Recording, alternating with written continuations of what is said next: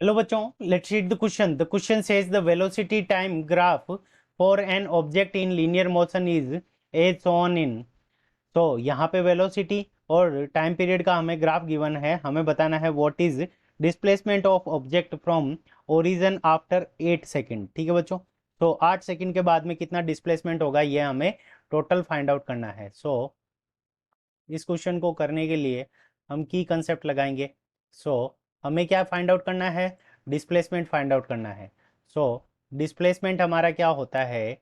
Area area under area under VT graph, area under VT graph. तो area under VT graph हमारा किसके equal होता है? तो ये इक्वल होता है हमारा डिस्प्लेसमेंट के। तो हम ये फॉर्मूला लगा सकते हैं, area under VT graph is equals to displacement. तो ये हमारा किसके इक्वल हो जाएगा? तो डिस्प्लेसमेंट के ये हमारा इक्वल हो जाएगा। तो अब हमें टोटल डिस्प्लेसमेंट निकालना है। तो टोटल डिस्प्लेसमेंट के लिए यहाँ का जो डिस्प्लेसमेंट है वो x1, यहाँ से यहाँ तक का डिस्प्लेसमेंट x2, यहाँ से यहाँ तक का डिस्प्लेसमेंट x3, फिर इसका जो डिस्प्लेसमेंट है वो हमारा क्या हो जाएगा? x4 हो जाएगा। तो टोटल डिस्प्लेसमेंट को अगर हम x लिखें तो x is equals to x1 plus x2 plus x3 plus x4। तो यहाँ से इन चारों का अगर हम डिस्प्लेसमेंट ऐड कर देंगे तो हमारे पास में टोटल डिस्प्लेसमेंट आ जाएगा। अब x1 की वैल्यू, ये x1 है, ये x2 है, ये x3 है हमारा, और ये हमारा क्या हो जाएगा? x4 sorry. सो यहाँ पे x1 की अगर हम वैल्यू निकालें तो x1 is equals to, x1 is equals to हमारा क्या होगा? Area of area of triangle O A, और यहाँ पे ई नाम दे देते हैं, ई एफ, और यहाँ पे जी हो जाएगा। एरिया ऑफ ट्राइंगल ओ ए जी। सो यहाँ पे ट्राइंगल का एरिया निकालेंगे तो 1 upon base multiplied by height. So base की वैल्यू हमें टाइम पीरियड के अंदर गिवन है, तो कितनी गिवन है? Time 1 second.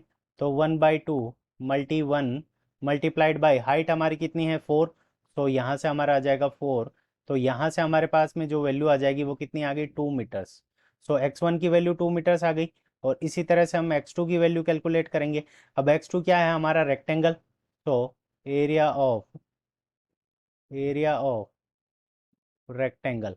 x2 के लिए हमारे पास में क्या लगेगा? Rectangle area of rectangle area of rectangle is equals to हमारे पास में क्या आ जाएगा? तो यहाँ पे L मल्टी बी, तो एरिया लेंथ मल्टी ब्रेड। तो यहाँ पे हमारी जो लेंथ हो जाएगी उसकी वैल्यू कितनी होगी? 4 मल्टीप्लाइड बाई ब्रेड की वैल्यू हमारे पास में कितनी हो जाएगी? 2। 4 × 2, तो यहाँ से हमारे पास में जो वैल्यू आ जाएगी वो कितनी आ जाएगी? 8 मीटर्स। तो यहाँ में हमारे पास में x2 की वैल्यू आ गई। अब इसी तरह से हम x3 की वैल्यू कैलकुलेट करेंगे।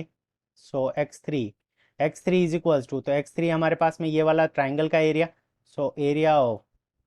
Area of triangle area of triangle B C H.